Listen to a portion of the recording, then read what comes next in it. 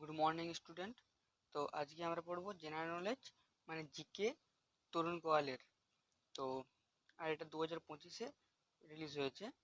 তো চলো শুরু করা যাক। আজ আমরা পড়বো তরুণ কোয়ালের প্রাচীন ভারত, এনসিয়েন্ট ইন্ডিয়া, পৃষ্ঠা নম্বর 1 থেকে 9। তো 1, 2 পার হলো, 3, 4, 5, 6, 7 নাম্বারে আছে সূচিপত্র। সূচিপত্রের মধ্যে প্রাচীন ভারত, প্রাক ঐতিহাসিকটা পড়বো, প্রাক ঐতিহাসিক। তো চলো, এনসিয়েন্ট ইন্ডিয়া প্রাচীন যুগ মানে প্রাচীন ভারত। তাহলে আমরা কি বললাম? আজ আমরা পড়বো এনসিয়েন্ট ইন্ডিয়া প্রাচীন ভারত। তো প্রথমে আছে প্রাগ ঐতিহাসিক যুগ, প্রি হিস্ট্রি। তো চলো শুরু করি। তো প্রথমে আছে কি, ভারতে আদিম মানুষের জীবাশ্মের প্রাগৈতিহাসিক যুগে সমাধান পাওয়া যায়নি। সংরক্ষিত অবস্থায় প্রায় 2,50,000 খ্রিস্টপূর্বাব্দে পাথরের অস্ত্রশস্ত্রই নির্দেশ অনুযায়ী ভারতের প্রাচীনতম মানুষের উপস্থিতি নির্দেশ করে। যদিও সম্প্রতি মহারাষ্ট্রের বরি থেকে পাওয়া সংবেদনে বলা হয়েছে যে ভারতে প্রায় 94 লক্ষ বছর আগে মানুষের উপস্থিতি লক্ষ্য করা গিয়েছে। 2 নম্বর কি না, তাদের প্রথম আবির্ভাবে অর্থাৎ 3000 খ্রিস্টপূর্বাব্দে কেবলমাত্র পাথরের তৈরি অস্ত্রশস্ত্র তারা বিভিন্ন কাজে ব্যবহার করত। সে কারণে এই সময়কালকে 3 ভাগে বিভক্ত করা হয়েছে। যেমন 1 নাম্বার কি, প্রাচীন প্রস্তর যুগ, 2 মধ্য প্রস্তর যুগ, 3 নব্য প্রস্তর যুগ। আজকে আমরা পড়ব প্রাচীন প্রস্তর যুগ। 1 নাম্বার প্রাচীন প্রস্তর যুগ, এর যে সময়কালটা ছিল 5 লক্ষ খ্রিস্টপূর্ব থেকে 10,000 খ্রিস্টপূর্বাব্দ। এর 1 নাম্বার পয়েন্টে কি আছে? তুষার যুগে ভারতে প্রাচীন প্রস্তর যুগের উন্নতি শুরু হয়েছিল। কখন শুরু হয়েছিল? না, তুষার যুগে। 2 নম্বর পয়েন্ট, 5 লক্ষ খ্রিস্টপূর্বাব্দের আগে মানুষের অস্তিত্ব অনুসন্ধান শুরু হয়।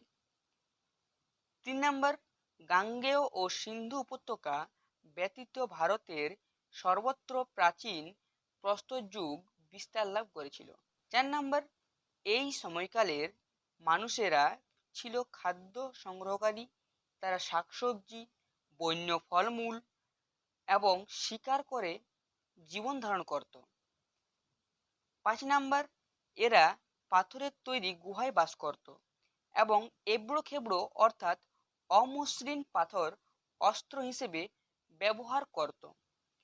তাদের কৃষিকাজ, আগুন ও কোনো রকম বাসনপত্র তৈরি ধারণা ছিল না, করতে জানত না। তারা প্রধানত শক্ত পাথরের তৈরি ছোট বড় কুঠার, খোদাই করার যন্ত্র, বাটালি, হাতুড়ি ব্যবহার করত। এগুলিকে বলা হতো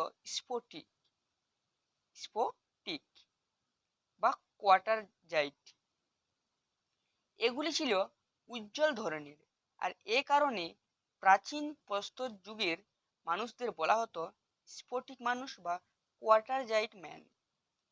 এই যুগের শেষের দিকে এই ধরনের মানুষের বা হোমোসেপিয়েন্সের আবির্ভাব ঘটেছিল। তারপর পয়েন্ট কি, প্রাচীন প্রস্তর যুগের মানুষেরা ছিল আফ্রিকার কাফির সম্প্রদায়ভুক্ত।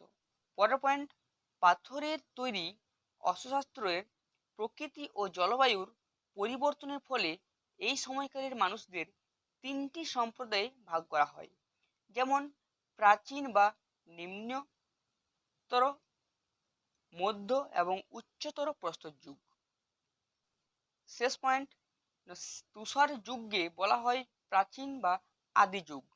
এই সময়ে ব্যবহৃত যন্ত্রপাতি ও অস্ত্রশস্ত্রগুলির সন্ধান পাওয়া যায় বর্তমান পাকিস্তানের অন্তর্গত সোয়ান এবং সোহান উপত্যকায় এবং অল্প আর্দ্রভাবাপন্ন উত্তরপ্রদেশের মির্জাপুর জেলার বোলান উপত্যকায়।